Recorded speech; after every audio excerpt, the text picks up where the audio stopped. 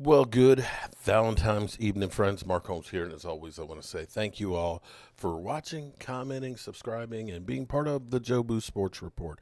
Without you guys, as well as you ladies, you know that this literally does not work. I hope everybody's having a great day. Program note, we won't be having a live stream tonight because we're having some family time with the wife and everything else. So, I hope you all are having some time too. And so we're going to take this evening off and just chill with the missus and, just do that married thing. You know what I'm talking about. You know what I'm talking about. But I'll be back with my fireside chat before I finally go to bed and everything else. But I wanted to go through because I'm trying to understand how Jerry Jones lost his manhood. How he lost his wavels.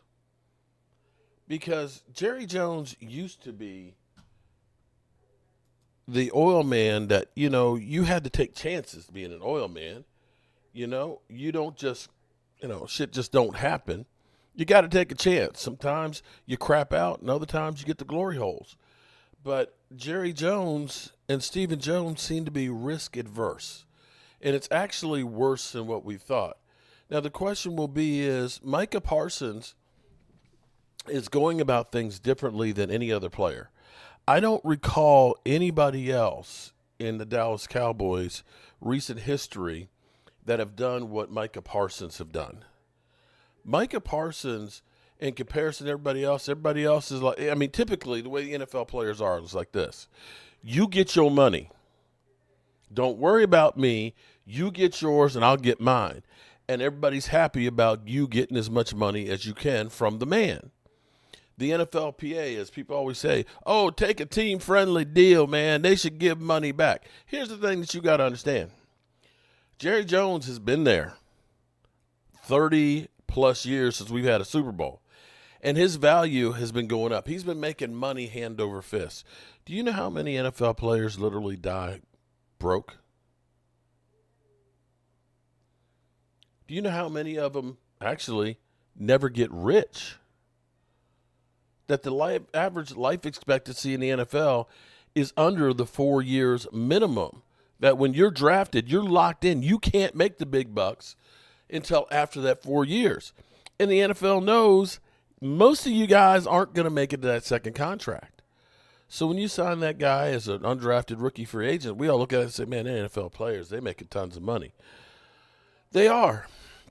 But in the course of their lifetime, let's say you play 2 years and you make $900,000 in those 2 years.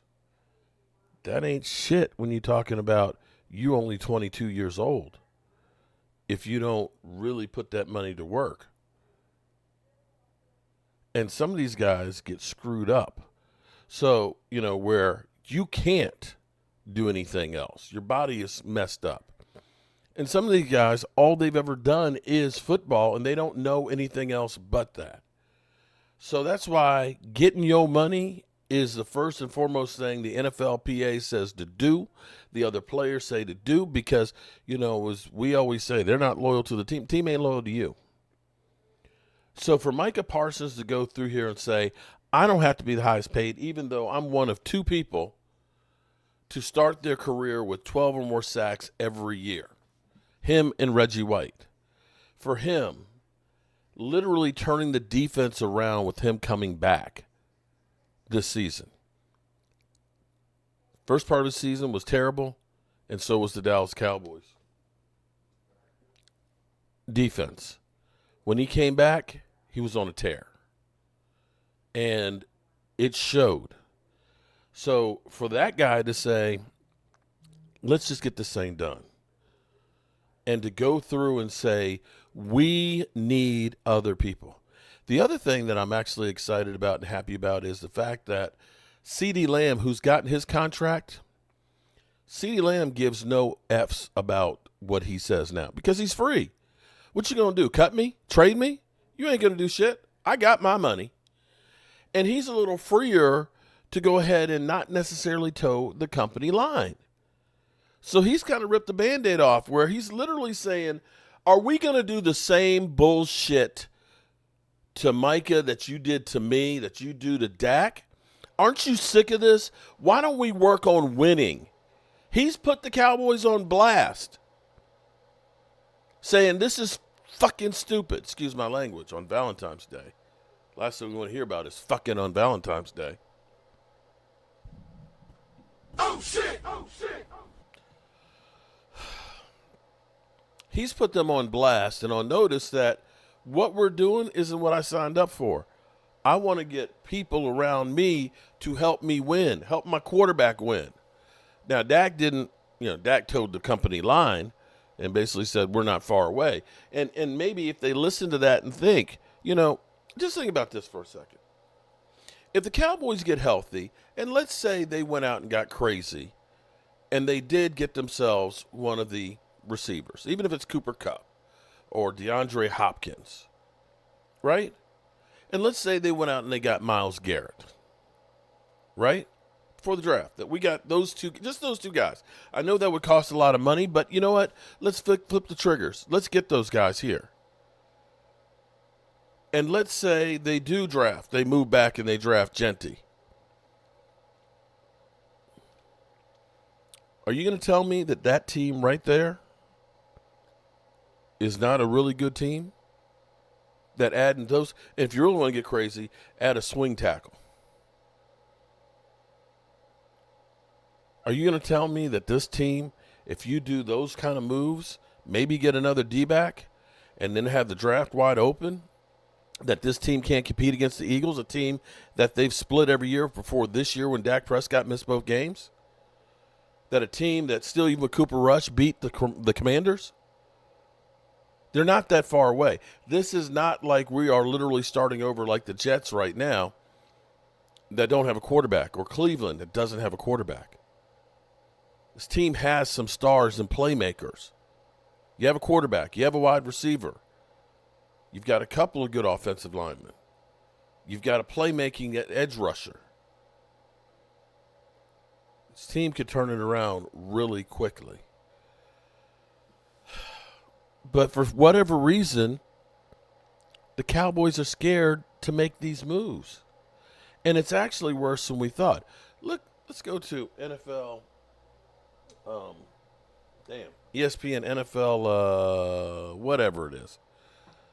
Listen to this, because I keep trying to say this, and people just say, well, you just make excuses for Dak. Yeah, I am making excuses for Dak. The fact that we don't sign anybody of note to help make this team better. When I've seen the Eagles sign A.J. Brown, seen the Eagles sign Saquon Barkley, seen the Eagles bring in guys like Ndamukong Suh and things like that, we literally take their cast-offs. Linval Joseph. Seriously. They were done with him a couple years ago. Jason Peters. We get the leftovers after they're done with them. We don't get them when they're prime. Watch the tape. Listen to this. Obviously, talent is here, but we've just got to finish and go be aggressive the same way they did. I don't want to sit back and just watch other people build, and we stay the same. So we definitely need some call to action. Now, the Cowboys haven't made big offseason splashes recently. Look at this. This surprised me. Pathetic. Their biggest free agent signing over the last 5 seasons, guys, was Gerald McCoy's 3-year, $18 million deal in 2020. Otherwise, their largest deals were for 1 year, worth less than $5 million. The biggest trade they've made in that span was for wide receiver Brandon Cooks, who has averaged 36 receiving yards per game in his 2 seasons with the team. So, with all of that, Mina, what should be the Cowboys' biggest priority in the offseason? Yeah, in the past, the Cowboys' approach has just been to pay their own, but pay them too late. I would not make that mistake with Micah Parsons. First, you got to restructure Dak Prescott's contract. That obviously $90 million cap hit isn't going to stick around. And then with that flexibility you gain. Hold on. Let's back this up for a second here. They don't need to restructure Dak Prescott's contract to sign Micah Parsons. Micah Parsons right now is sitting at a $24 million 5th-year option. If we just take CeeDee Lamb and what happened with CeeDee Lamb's contract, CeeDee Lamb's 5th-year option was 18.8, I think it was. And when they got his contract the first year of that deal, ended up being, I want to say, $10 million or $9-something million. Basically, they saved $10 million. So the reality is the Cowboys are going to have the rollover money. So we're going to get about $20 million that's going to roll over before the beginning of the league year. We're going to end up having the additional cap money where the cap is going to go up that's in there. And then you go ahead and you can get yourself $10 or $12 million off of Micah Parsons' contract to work with before you even do anything with Dak. If you decide to do Dak, then that can give you about an additional $40 million, which you could use on other players. Now, if you just go ahead and do Micah Parsons' contract, you can get Osa Odighizuwa signed. And probably, because that first year is usually low, probably get Rico and Osa Odighizuwa both done. If you do the trigger, of course, with Dak Prescott and CeeDee Lamb and gain more money, the other players that you deem players that we don't want to lose, you can sign them easily because most of them are not really high-dollar players unless we're talking about, say, Zach Martin or DeMarcus Lawrence. That's where you can start looking and saying, let's get a 2-year deal for Devontae Adams. You know, if we want to go ahead and bring in a Myles Garrett and so on and try and make a deal, you can put voidable years on here. Don't believe that Dak Prescott's contract is a preclude for the Cowboys not to do anything. They could have been doing stuff all of these years before that contract, and they could have been doing things with in these other years. The thing that's crazy is because they wait to do CeeDee Lambs, they wait to do Dak Prescott's, they cost more than had they done them, say, the year before. And this is the opportunity right now because other guys are about to get ready to get paid, that the longer they wait for Micah, the more the pay's going to cost for him. Other guys are going to get paid. So you need to get this thing done, locked down, make it the highest paid player for a week. But get that cash and get the team together. And to give you a difference here, the Eagles since 2016 have spent $640 million on free agent contracts, and that's including their own. The Cowboys have spent $339.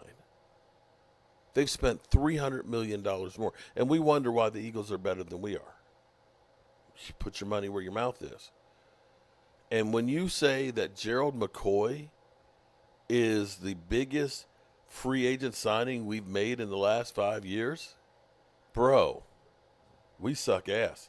He didn't even play a down for us. You signed Micah Parsons to the biggest deal that any edge rusher has ever signed. Now, I do think that, to his point, they need to be active in finding a receiver. Obviously, they need to get better running the football and stopping the run. I imagine that'll be a priority in the draft. But priority number one is number 11, who is one of the 3 best defensive players in the NFL, in my estimation. Yeah. Yeah, and a lot of people, Mina, would tell you that the Eagles are one of the teams that really knows how to press the advantage on going to their star players early for contract extensions. And obviously the Cowboys have not done that. So Micah Parsons, getting him under contract long-term is a priority. In terms of their own free agents to re-sign, nothing gigantic. Jordan Lewis, the cornerback, Osa Odighizuwa, a couple of guys that they might look to re-sign. But, of course, they're on defense, and they have a new defensive coordinator, so we'll see how that all shakes out. But the Cowboys, in terms of free agency, I think the sense I get is that they've heard what people have said, that they probably believe there's a happy medium somewhere between going nuts in free agency, which they don't believe is the right way to build a roster, and doing pretty much nothing, which is what they did last year. So I do think you'll see them go out, maybe add to the offensive and defensive lines, and definitely add another wide receiver. Some advice, too. You can't say in the offseason we're all in. Because you said that last year. You sent message it's to the win fan now. base, Say whatever you want. and then you're not all in. So that's one thing. Don't It's set win up the now, fan y'all. base by, It's win hey, now. we're all in. You get everybody excited, and then you don't do anything of relevance. Yeah, I think the big thing is, we talked about being nuts. Being nuts or going nuts would be not paying Micah Parsons first, not getting that deal done. I agree with Mina wholeheartedly. He's not only the leader on the field, but off the field, he's a guy that's championed the Dallas Cowboys every opportunity he gets a chance to speak. And then I think you go out and you try to talk to John Lynch about acquiring Deebo Samuel, talking to him, will you be in shape? What do you want to do? How do you want to fit into this offense? And now that's a guy that can play running back, a guy that can play receiver, somebody that can be a number 2 and a chess piece off of CeeDee Lamb. And then when you get into the draft, this gives you flexibility of whether you want to pick someone that helps you run the football or someone that helps you stop the run. For years, Mina and I, Marcus, Dan, we've talked about the fact that they can't stop the run. Not built well at linebacker, not built well in the middle of that defense from a defensive tackle perspective, even though you addressed it a couple of years ago in the draft. So if you go get Deebo Samuel, now you build your offense around Dak, and CeeDee Lamb, and maybe you can find a way to stop the run in the middle of the field defensively early in the draft. Another conversation, too, in this division. It's always been the Cowboys and somebody else, right, especially the last decade. Now it's the Eagles and Commanders. Okay, we can end it right there. Okay, I didn't realize they had that one there. So now we've got Deebo Samuels to the Cowboys. Wow. Cowboys, man, we've gotten Devontae Adams. We've gotten Cooper Kupp. We done got, who else have we had at wide receiver here? T. Higgins. This is all in 1 week. Wow. Cowboys going to be thebomb.com. All righty, good people. Happy Valentine's Day, and I appreciate you guys. Peace.